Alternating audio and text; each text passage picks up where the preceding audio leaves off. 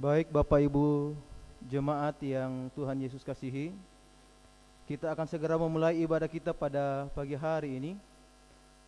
Pertama-tama kami ucapkan selamat pagi, selamat hari Minggu kepada Bapak Ibu Saudara yang berada di rumah yang menyaksikan live streaming ini.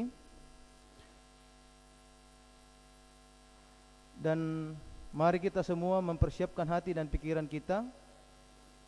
Biarlah kita dituntun oleh kuasa Roh Kudus untuk mengikuti ibadah dari rumah masing-masing melalui live streaming akun Facebook PAM GKI Getsemani Kota Raja.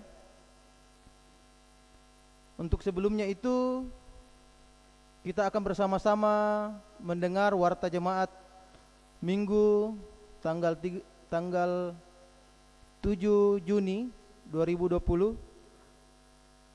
Adapun warta jemaat pada minggu ini yang pertama disampaikan kepada warga jemaat GKI Getsemani Kota Raja bahwa rencana pelantikan badan unsur dan panitia sidang jemaat akan dilaksanakan pada hari Minggu 14 Juni 2020.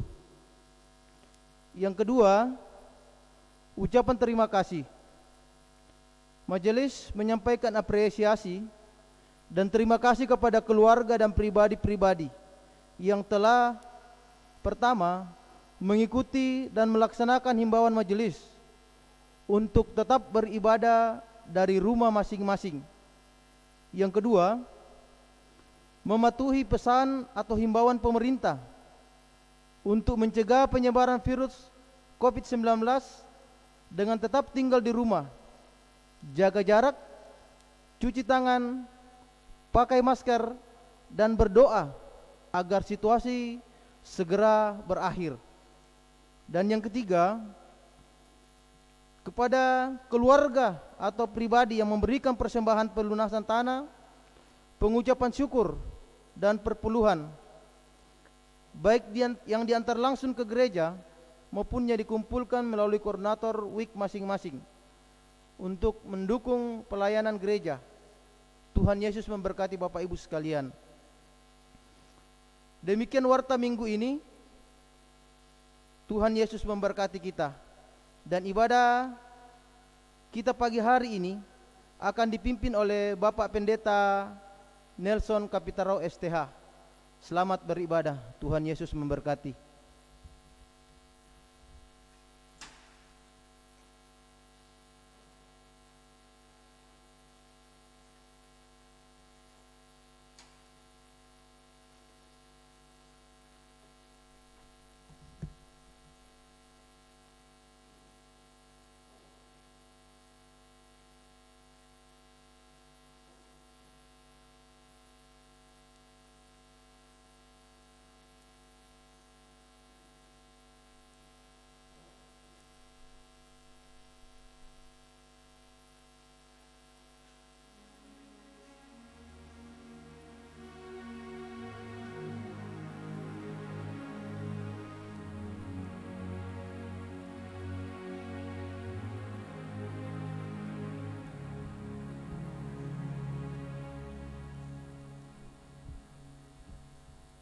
Jemaat yang Allah kasihi, baik yang ada di gedung gereja maupun yang ada di rumah masing-masing, mari kita semua menyiapkan hati dan pikiran kita untuk tertuju kepada Allah melalui ibadah Minggu pagi tanggal 7 Juni 2020 secara live streaming. Untuk itu saya jemput jemaat untuk bangkit berdiri dan kita mengawali dan menyambut ibadah pagi ini dengan menyanyi bersama dari nyanyian Mazmur 150, Haleluya, pujilah Allah dalam rumahnya.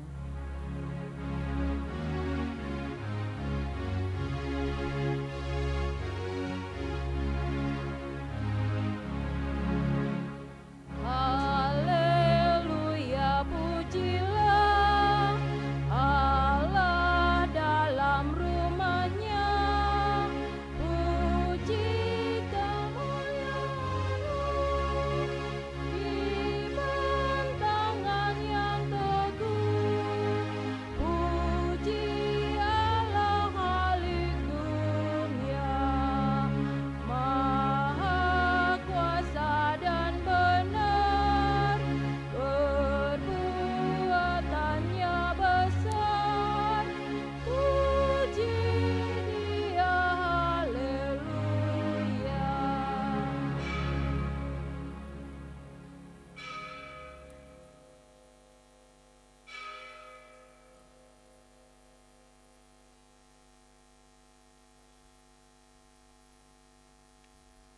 Jemaat Tuhan yang Allah kasihi, arahkan hatimu kepada Tuhan dan kita hendak beribadah kepadanya.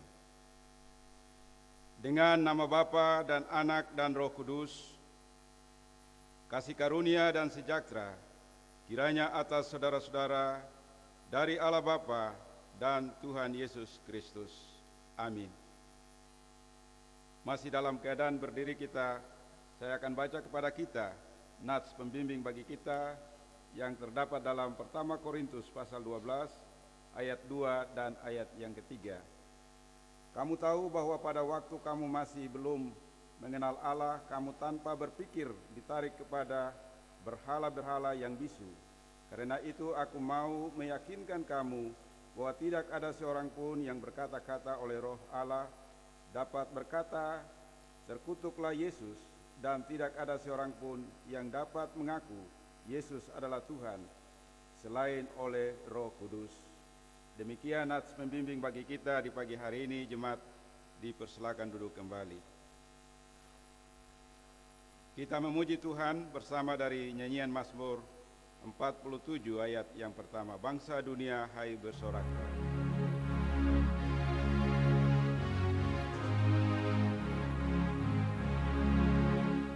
Bangsa dunia hai bersoraklah. Tepuk tanganmu bagi Tuhanmu dengan nyanyian puji-pujian. Maha tinggi firman-Nya teguh, bumi gemetar, rajanya besar, segenap dunia patut menyembah. Kita akan mendengarkan hukum Tuhan. Untuk itu saya jemput jemaat bangkit berdiri. Hukum yang terutama di dalam Matius pasal 22 ayat 37 sampai dengan 40.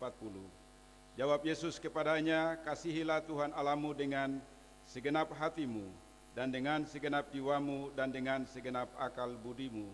Itulah hukum yang terutama dan yang pertama.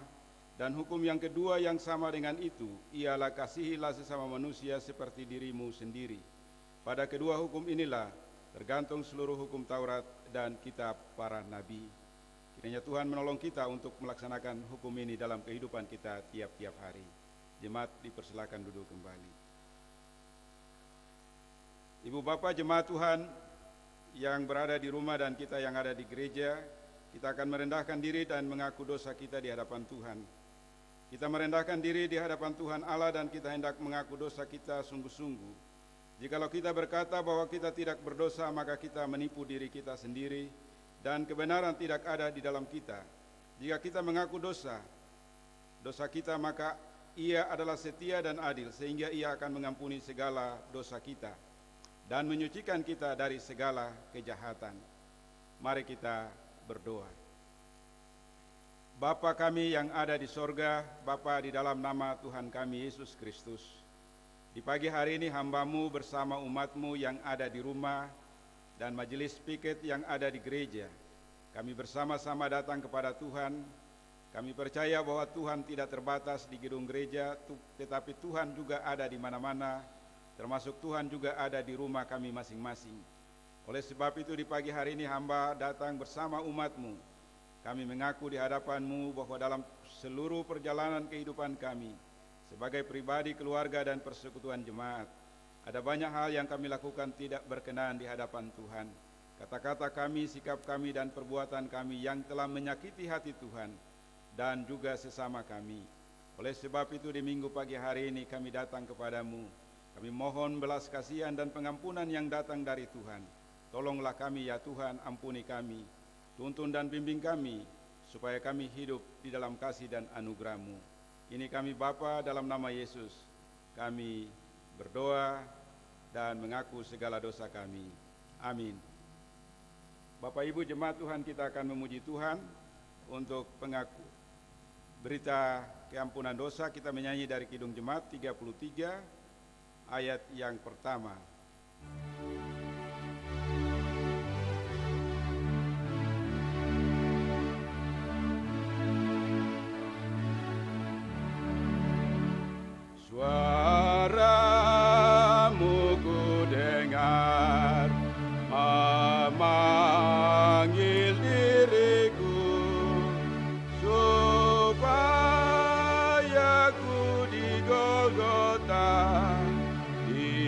hamba saudara, aku datanglah Tuhan padamu, dalam darah-Mu kudus sucikan diriku. Dengarlah saudara-saudara sabda Yesus Kristus kepada semua orang yang sungguh-sungguh mengaku dosanya. Mari kita buka dan baca dari Mazmur 103 ayat 9 sampai dengan ayat yang ke-14.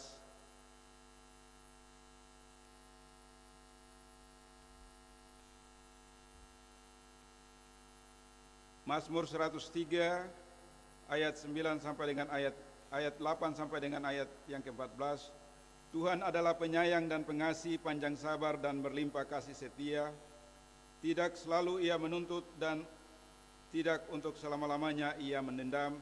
Tidak dilakukannya kepada kita setimpal dengan dosa kita, dan tidak dibalasnya kepada kita setimpal dengan kesalahan kita. Tetapi setinggi langit di atas bumi, demikian besar kasih setianya atas orang-orang yang takut akan Dia.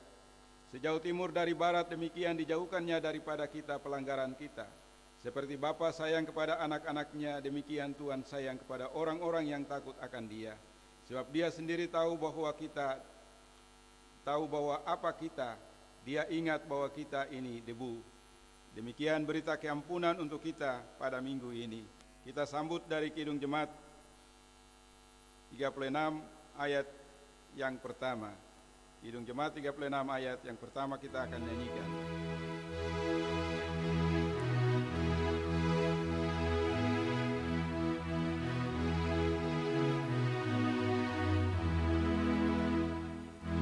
Dihapuskan dosaku hanya oleh darah Yesus.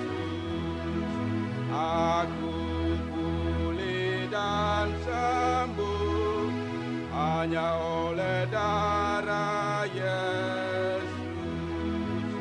Oh, darah Tuhanku, sumber pembasuhku,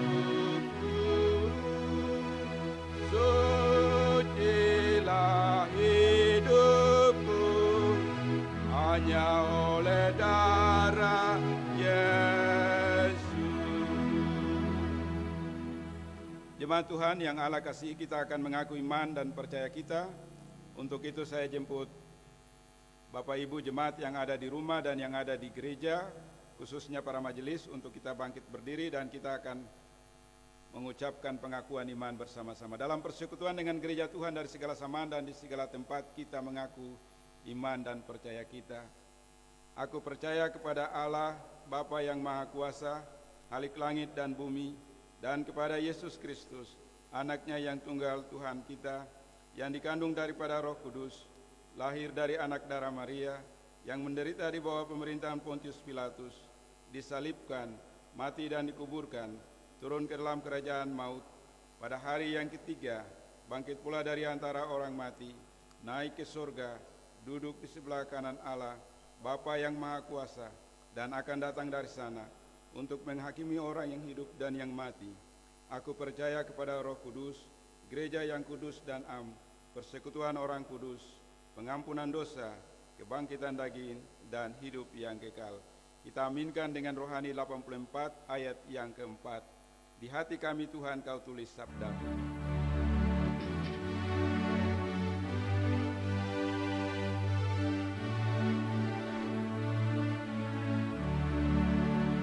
Di hati kami Kau tulis sabda-Mu, supaya kami juga setia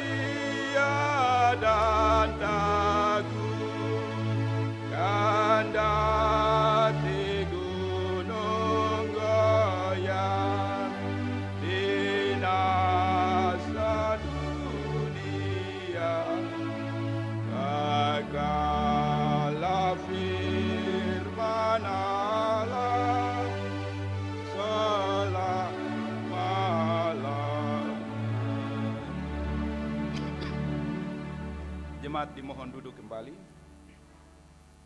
Kebenaran firman Tuhan untuk kita pada Minggu tanggal 7 Juni tahun 2020, kita akan buka dan baca dari Pertama Korintus pasal 12 ayat 1 sampai dengan ayat yang ke-11. Pertama Korintus pasal 12 ayat 1 sampai dengan ayat yang ke-11. Mari kita tunduk kepala dan kita berdoa. Dalam situasi dan kondisi dunia, bangsa dan daerah kami yang menakutkan dan membuat kami tetap berada di rumah dan tidak melakukan aktivitas, maka firman Tuhan adalah solusi bagi kami untuk memberi kepada kami iman yang kokoh dalam menghadapi segala situasi ini. Sebab tanpa iman yang kokoh kepada Tuhan, maka segala situasi ini kami tidak akan lalui. Oleh sebab itu melalui firman-Lah yang dapat memberi kekuatan bagi kami, dan kami hendak membaca dan merenungkannya dari pertama Korintus pasal 12 ayat 1 sampai dengan 11 yang menjadi bahan perenungan kami hari ini. Kiranya marilah Tuhan hadir dalam rumah kami masing-masing, dalam hati kami masing-masing. Berilah kepada kami roh hikmat-Mu dan kerendahan hati, supaya kami mengerti apa kata Tuhan untuk kami hari ini dan hari-hari selanjutnya. Ini kami Bapa, dalam nama Yesus kami mengaku dan memohon pertolongan-Mu. Amin. Bapak Ibu jemaat Tuhan yang Allah kasihi, saya akan membacakan untuk kita sekalian rupa-rupa karunia tetapi satu roh. Pertama Korintus 12 ayat 1 sampai dengan 11. Sekarang tentang karunia-karunia roh, aku mau saudara-saudara supaya kamu mengetahui kebenarannya. Kamu tahu bahwa pada waktu kamu masih belum mengenal Allah, kamu tanpa berpikir ditarik kepada berhala-berhala yang bisu. Karena itu aku mau meyakinkan kamu bahwa tidak ada seorang pun yang berkata-kata oleh Roh Allah dapat berkata terkutuklah Yesus, dan tidak ada seorang pun yang dapat mengaku Yesus adalah Tuhan selain oleh Roh Kudus. Ada rupa-rupa karunia tetapi satu Roh, dan ada rupa-rupa pelayanan tetapi satu Tuhan. Dan ada berbagai-bagai perbuatan ajaib, tetapi Allah adalah satu yang mengerjakan semuanya dalam semua orang. Tetapi kepada tiap-tiap orang dikaruniakan penyataan roh untuk kepentingan bersama. Sebab kepada yang seorang roh memberikan karunia untuk berkata-kata dengan hikmat, dan kepada yang lain roh yang sama memberikan karunia berkata-kata dengan pengetahuan. Kepada yang seorang roh yang sama memberikan iman, dan kepada yang lain ia memberikan karunia untuk menyembuhkan. Kepada yang seorang roh memberikan kuasa untuk mengadakan mujizat, dan kepada yang lain ia memberikan karunia untuk bernubuat. Dan kepada yang lain lagi ia memberikan karunia untuk membedakan bermacam-macam roh. Kepada yang seorang ia memberikan karunia untuk berkata-kata dengan bahasa roh, dan kepada yang lain ia memberikan karunia untuk menafsir bahasa roh itu. Tetapi semua ini dikerjakan oleh Roh yang satu dan yang sama, yang memberikan karunia kepada tiap-tiap orang secara khusus, seperti yang dikehendakinya. Demikian jauh pasal pembacaan firman Tuhan. Yang dikatakan berbahagia adalah kita semua yang berkenan membaca, merenungkan, lalu melaksanakan firman ini dalam kehidupan kita tiap-tiap hari. Haleluya.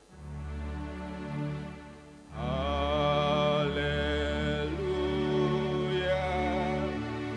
haleluya,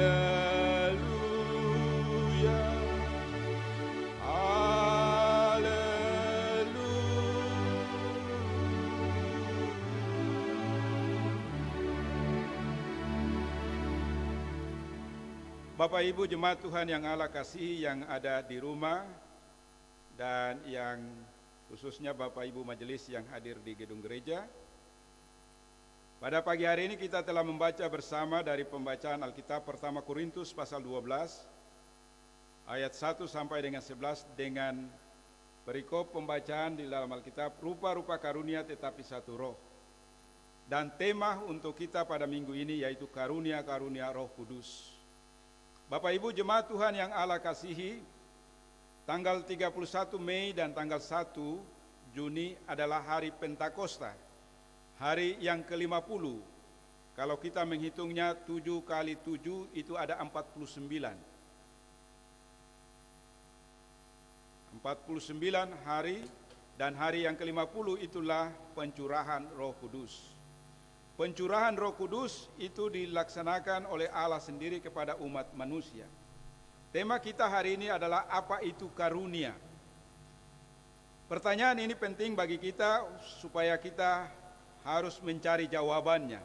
Apa itu karunia? Bagaimana keadaan manusia sebelum memiliki karunia-karunia roh? Dari mana asalnya karunia untuk karunia itu, dan untuk apa karunia itu bagi manusia? Kalau begitu bagaimana manusia menyikapi karunia-karunia Roh Kudus itu? Inilah pertanyaan-pertanyaan yang penting bagi kita untuk menggali makna di balik karunia-karunia itu. Karunia atau dalam bahasa Yunani disebut dengan kata karismata atau karis. Artinya sesuatu yang diberikan secara cuma-cuma atau anugerah yang diberikan dari seseorang yang memiliki statusnya tertinggi kepada seorang bawahan. Dalam kamus bahasa Indonesia dikatakan karunia artinya kasih yang diberikan dari seseorang yang memiliki status tinggi kepada seorang bawahan. Apa karunia itu? Seperti apa yang diberikan kepada kita? Rasul Paulus ketika menulis surat ini kepada jemaat di Korintus, situasi jemaat ini ada pada sebuah perpecahan, terutama soal karunia-karunia yang dimiliki oleh setiap pribadi, yang kemudian mereka menggunakan karunia-karunia itu menjadi alat pamer dan penonjolan diri dalam kehidupan jemaat. Jadi ada orang yang mempunyai karunia-karunia lebih, kemudian dia tidak memakainya untuk pelayanan dalam gereja, tetapi menonjolkan kehebatan-kehebatannya. Oleh sebab itu Rasul Paulus mengingatkan mereka tentang karunia-karunia itu. Pada ayat 1b dikatakan, aku mau saudara-saudara supaya kamu mengetahui kebenarannya. Jadi Paulus mau supaya jemaat di Korintus mengetahui kebenaran dari karunia-karunia itu. Kita lihat di sini Paulus mengajak jemaat di Korintus untuk kembali memahami tentang diri mereka, siapa mereka sebenarnya. Di ayat 2 dikatakan, pada waktu kamu belum mengenal Allah, kamu tanpa berpikir ditarik kepada berhala-berhala yang bisu. Jadi Rasul Paulus mau menarik manusia kembali kepada statusnya sebelum dia mengenal Allah, sebelum dia mengenal Yesus, sebelum dia diinjili. Dia masih menyembah patung, menyembah pohon, menyembah batu, menyembah gunung, menyembah laut, dan segala sesuatu. Dan itulah perilaku manusia sebelum mengenal Injil. Paulus katakan bahwa sebelum kamu dipilih masuk dalam konvenan atau perjanjian keselamatan Allah, kita masih menyembah berhala-berhala yang dibuat oleh manusia yang mempunyai telinga tetapi tidak dapat mendengar, mempunyai mulut tetapi tidak dapat berkata-kata.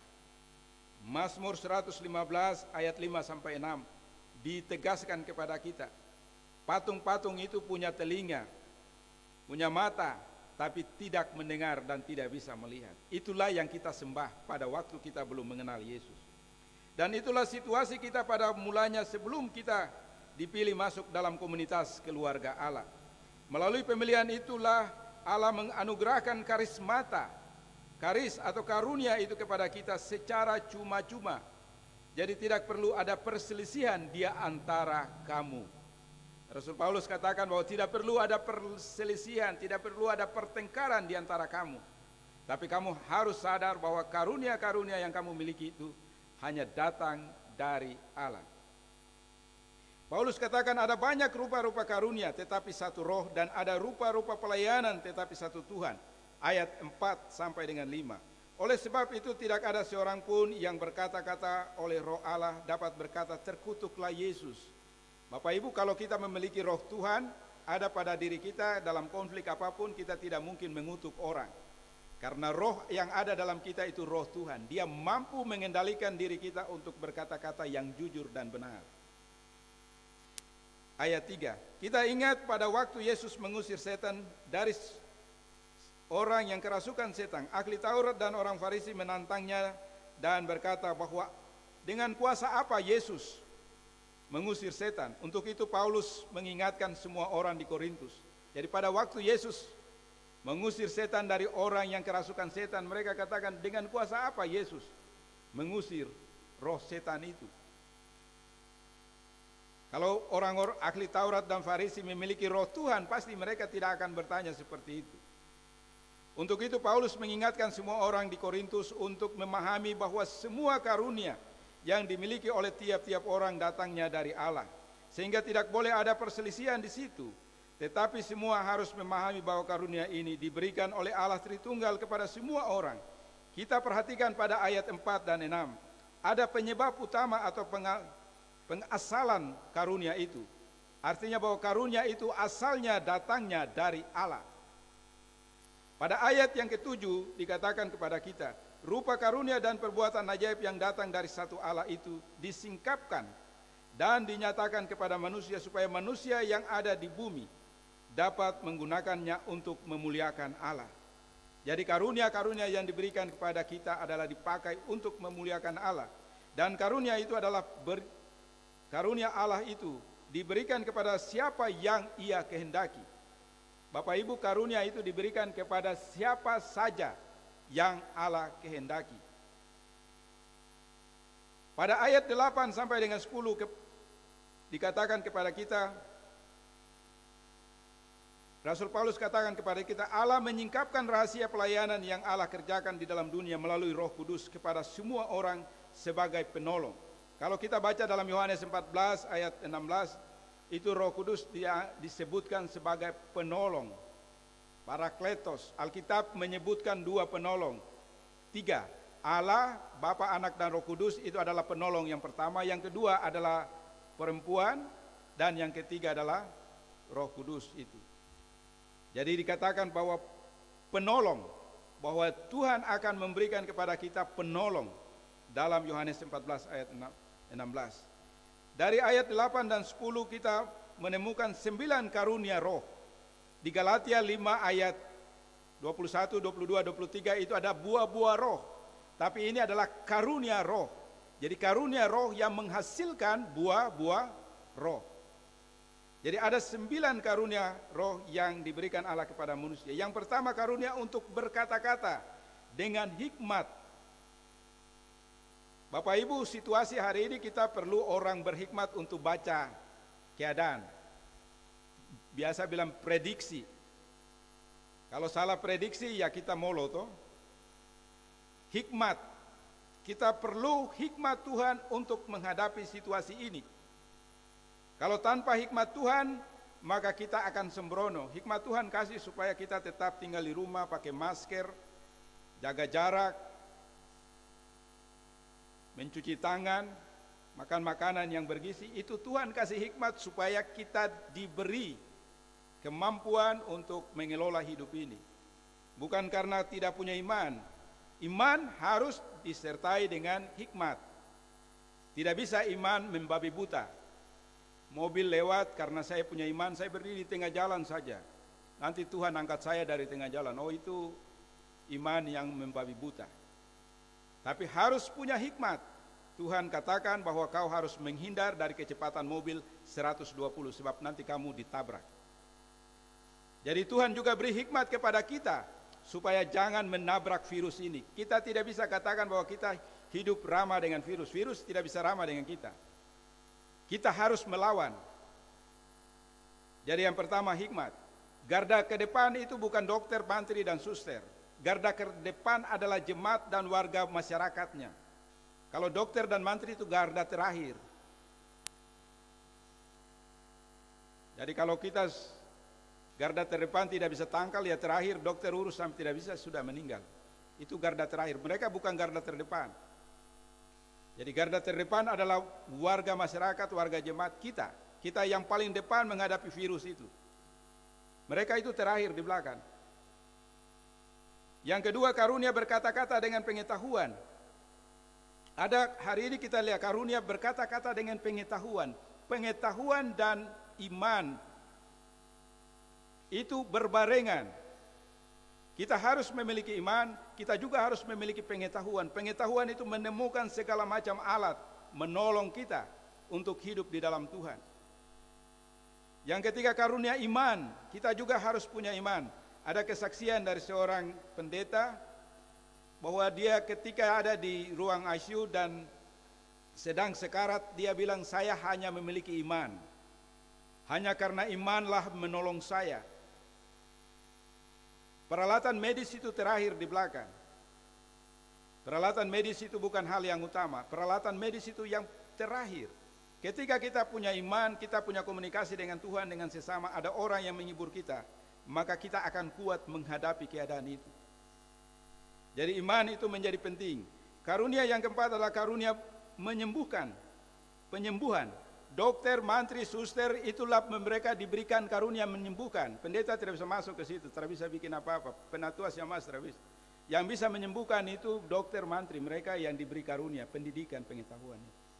Karunia mujizat. Kita percaya bahwa ada cerita orang tua yang usianya 70 tahun. Anaknya yang datang dari Bandung ke Jakarta mau lihat bapak dan mamanya. Dan bapak dan mamanya bisa bebas dari virus corona, usia 70 tahun. Tapi anaknya kembali ke Bandung, anak masih kuliah, Bandung dia kena virus corona dan dia meninggal. Jadi kita mau bilang apa? Sebenarnya yang 70 tahun itu yang meninggal toh, karena rentang sekali. Tapi Tuhan kasih kedua orang tuanya hidup, anak muda ini yang datang, yang menengok orang tuanya itu hidup. Jadi karunia mujizat, Tuhan kasih mujizat kepada sesuatu yang menurut kita tidak bisa, tapi Tuhan mampu. Karunia bernubuat, karunia untuk membedah-bedakan roh. Itu karunia yang ketujuh. Karunia yang kedelapan, karunia untuk berkata-kata dengan bahasa roh. Dan yang kesembilan, karunia untuk menafsir bahasa roh. Jadi Paulus katakan bahwa roh ini diberikan kepada tiap-tiap orang. Ayat 7. Di ayat 8 dikatakan yang seorang. Di ayat yang ke-11 tiap-tiap orang. Jadi karunia ini tidak diberikan kepada satu orang. Satu orang itu dia dapat 9 karunia, tidak. Tapi satu orang itu paling 1 atau 2 saja. Yang lain dapat yang lain lagi. Jadi itu supaya semua orang diberikan karunia masing-masing. Tidak bisa satu orang dapat 9, nanti dia sombong sekali. Jadi dapat 1 atau dapat 2 saja. Yang lain kasih ke itu, yang terasekolah itu. Karunia tiap-tiap orang. Pada ayat yang ke-11, Allah secara bebas memberikan karunia kepada siapa saja yang ia kehendaki. Jadi bebas Allah mau kasih sama siapa. Jadi kita tidak bisa bilang, oh itu karena pemalas, jadi oh kalau Tuhan mau kasih pakai dia, pakai. Oke, Bapak Ibu jemaat Tuhan yang ada di rumah dan kita sekalian yang ada di sini, dari penjelasan itu apa yang kita mau dapat pada hari ini. Yang pertama kita harus menyadari bahwa siapa kita sebelum kita mengenal Kristus. Kita adalah orang-orang yang menyembah berhala dan segala sesuatu jauh dari kasih karunia Allah. Tapi oleh belas kasihan dan kasih karunia Allah kita dipanggil dan masuk dalam sebuah konvenan, persekutuan keselamatan perjanjian dari Allah itu. Yang tadi jauh di luar itu, Tuhan bilang mari kamu hidup di sini supaya kamu diselamatkan. Yang kedua, kita semua harus memahami bahwa karunia yang dimiliki masing-masing itu datangnya dari satu Allah yang diberikan kepada tiap-tiap orang secara bebas kepada siapa saja yang Allah kehendaki, dan itu bukan milik dan usaha kita, tetapi pemberian Allah. Situasi kita hari ini khususnya dalam menghadapi pandemi virus corona, kita tidak saling mempersalahkan. Saya ulangi bahwa situasi ini warga jemaat, warga masyarakat tidak bisa salahkan pemerintah. Pemerintah tidak bisa salahkan masyarakat, tidak bisa.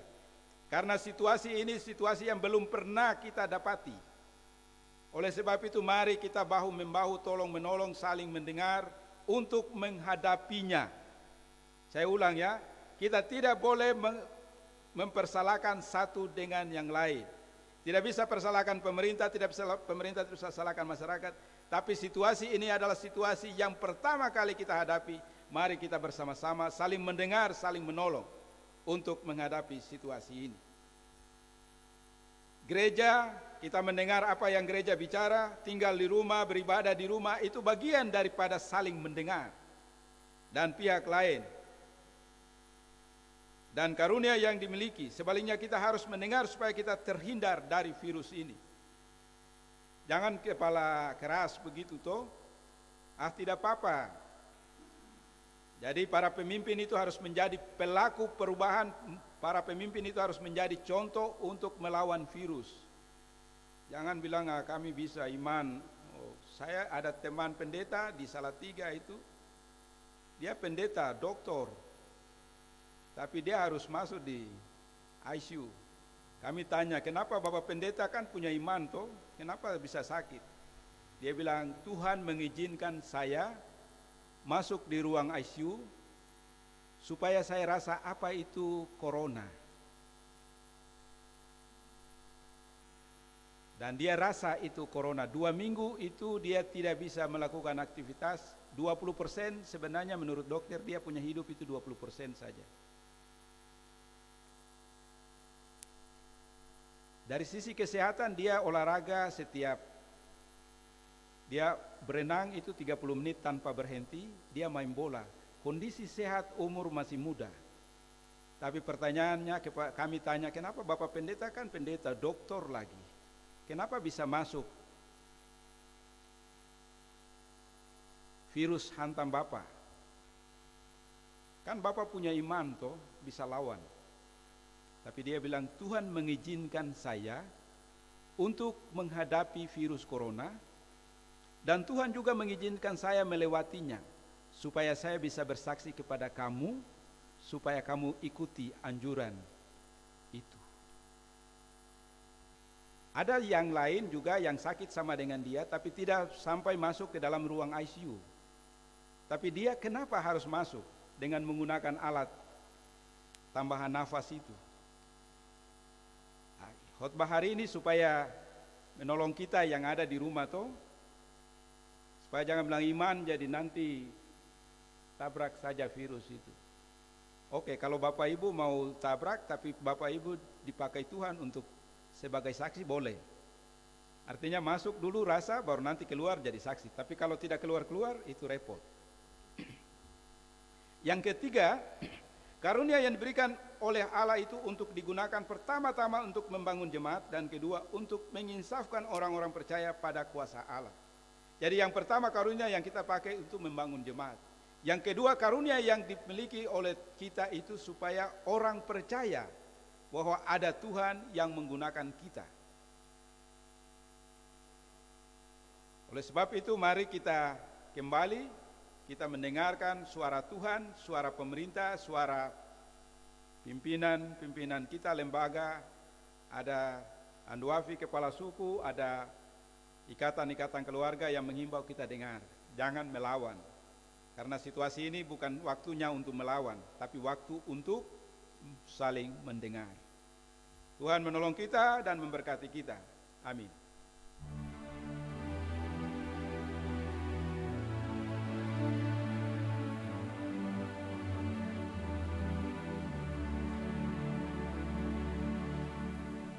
Bapak Ibu jemaat Tuhan, kita akan memberi persembahan syukur kita kepada Tuhan sebagai tanda terima kasih untuk kasih anugerah dan kebaikan Tuhan. Kita akan siapkan nyanyian rohani 129. 129 kita akan nyanyikan untuk mengumpulkan persembahan.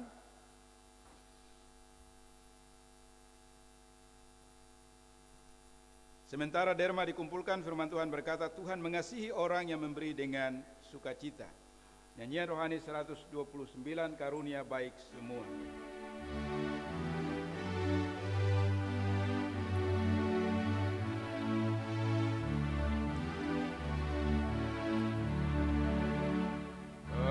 Karunia baik semua dan segenap hidupku, pemberian Tuhan dan berkat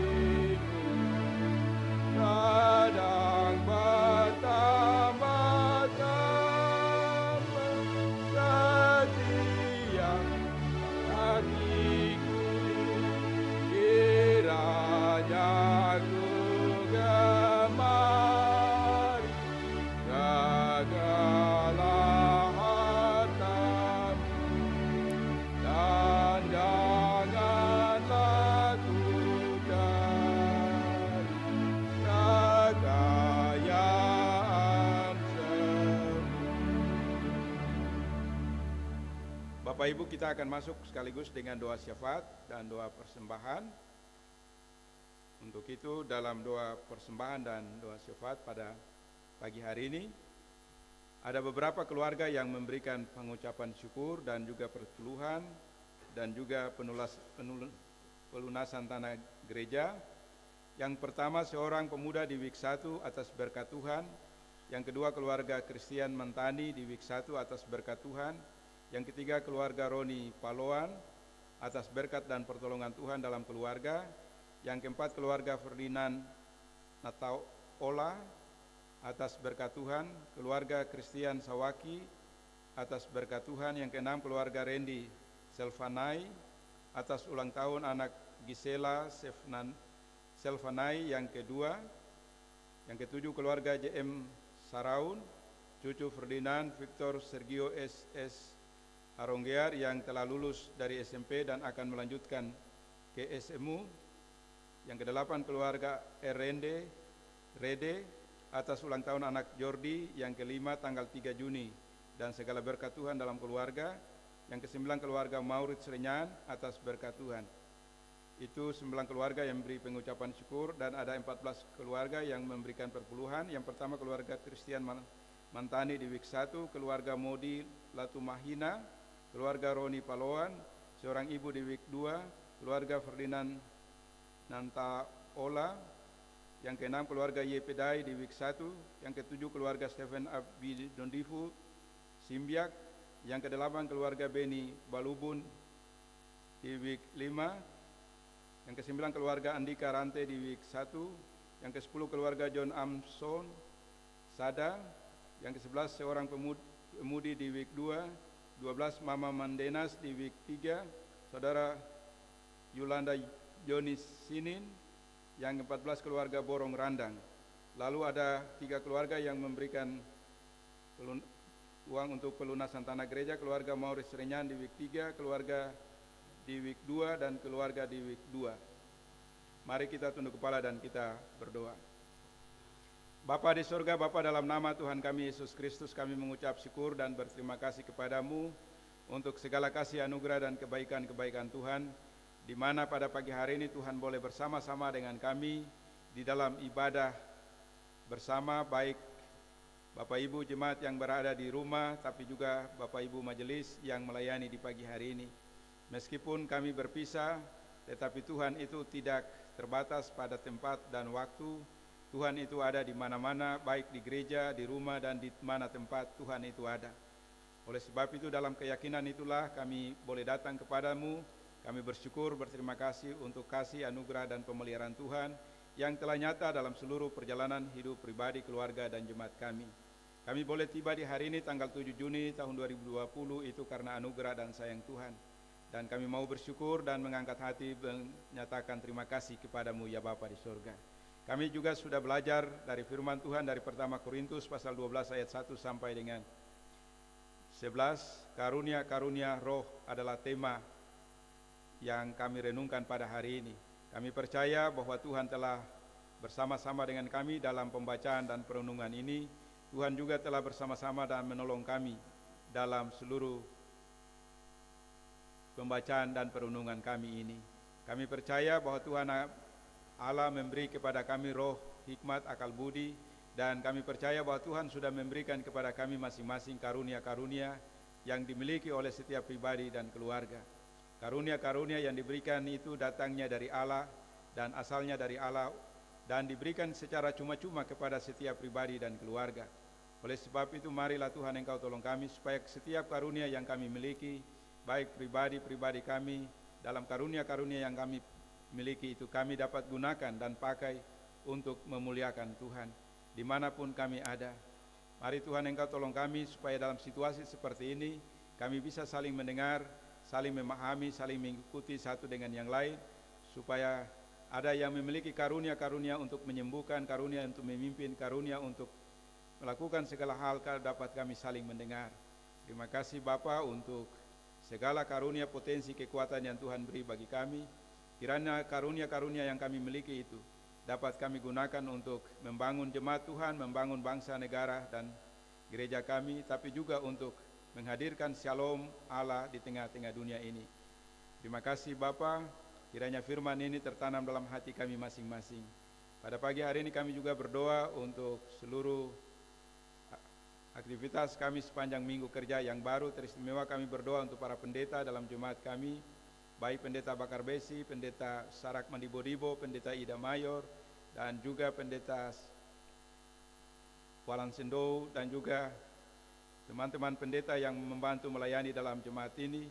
Kami juga berdoa untuk para penatua Siamas yang bekerja melayani dari week 1 sampai dengan week 5, badan pelayan unsur PKB, PB, PAM, dan PAR, majelis jemaat.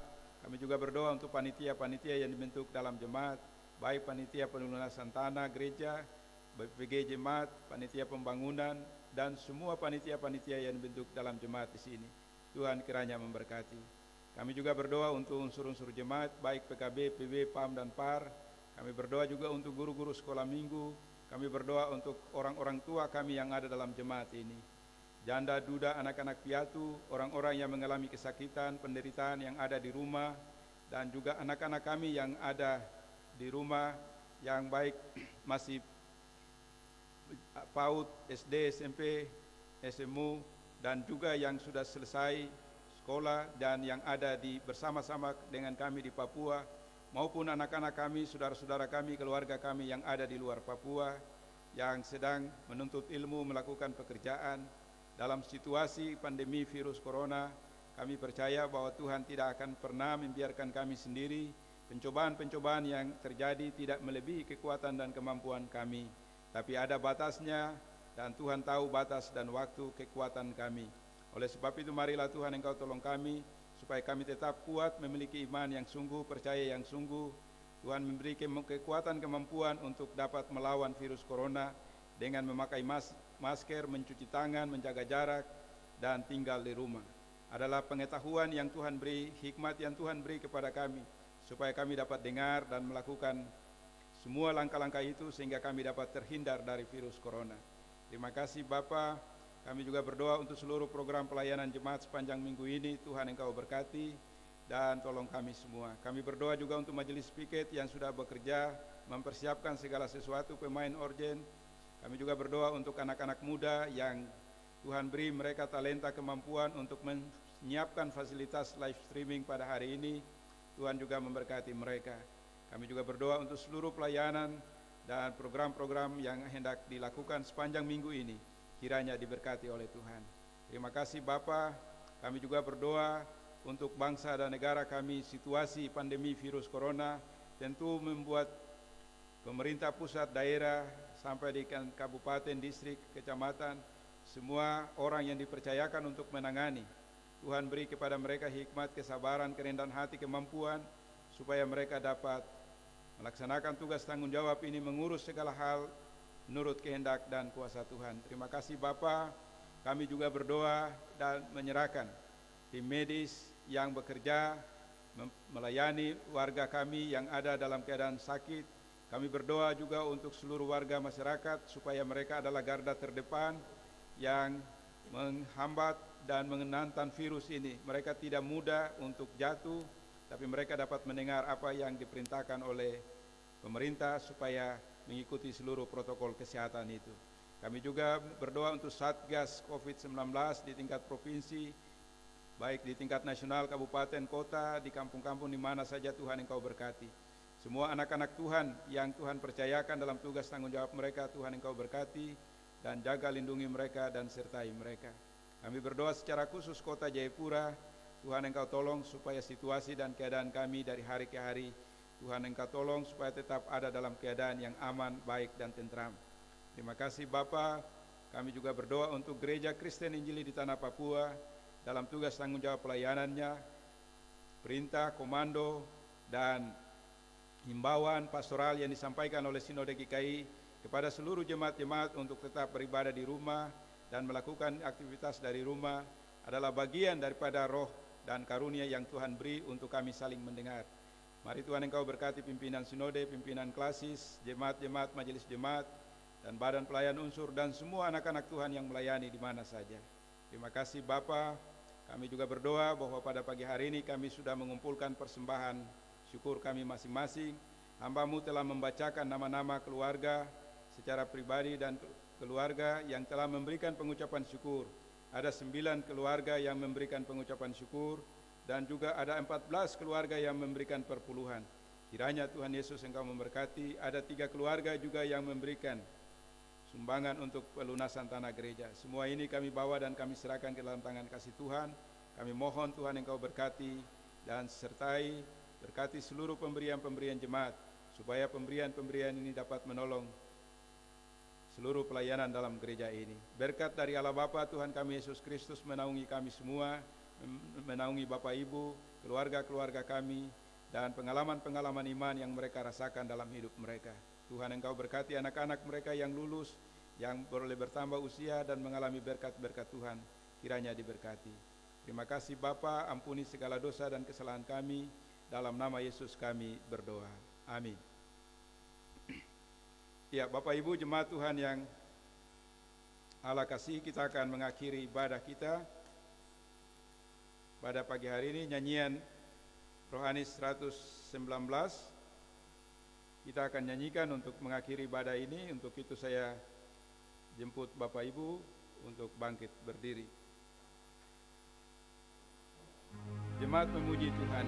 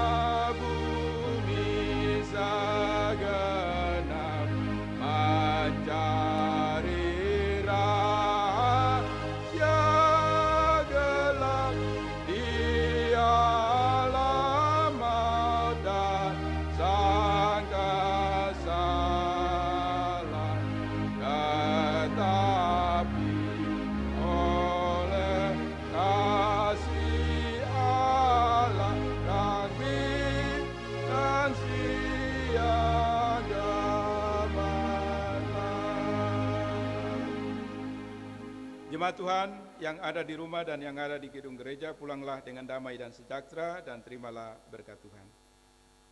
Tuhan memberkati engkau dan melindungi engkau. Tuhan menyinari engkau dengan wajah-Nya dan memberi engkau kasih karunia. Tuhan menghadapkan wajah-Nya kepadamu dan memberi engkau damai sejahtera.